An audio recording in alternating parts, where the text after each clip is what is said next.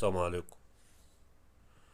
ربنا يخليك مامتك يا ست الكل ما تتحرميش منها ويخليها لك.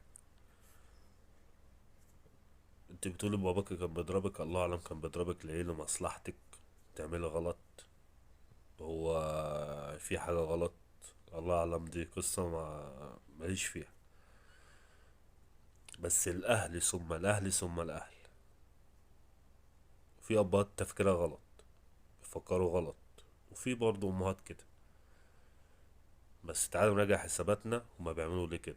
ولو بدينا نترائف بالموضوع، نترائف بحق، حتى لو طبق باباك قدمه ليك.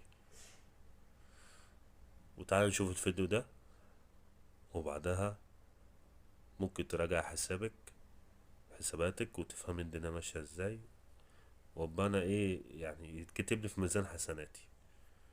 فيديو اهو.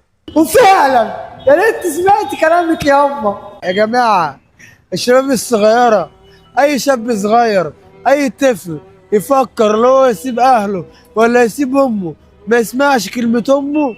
اي طفل، اي شاب صغير ما يباتش بره بيته، لان اللي يبات بره بيته ده مره واحده خلاص كده راح، كده ضاع. الشاب الصغير اللي ابوه يضربه ولا يبوس على ايد ابوه، يقول له حاجه على ان انا امي زمان قالت لي كلمه، قالت لي يا ابني هترجع في يوم من الايام هتقول يا ريتني سمعت كلامك يابا. وفعلا يا ريت سمعت كلامك يابا، ما سبتش البيت. وما سبتش البيت. فعلا فعلا كلام الام ونصيحه الام والاب صح. الناس دي مش على غلط، احنا اللي على غلط. الاهالي دي مش على غلط، الناس دي مش على غلط، احنا اللي على غلط. انا ما فهمتش الكلام ده الا لما كبرت واتشحطت. ما عادش بينفع، ما عادش بينفع. خلاص معلش لا حول ولا قوه الا بالله.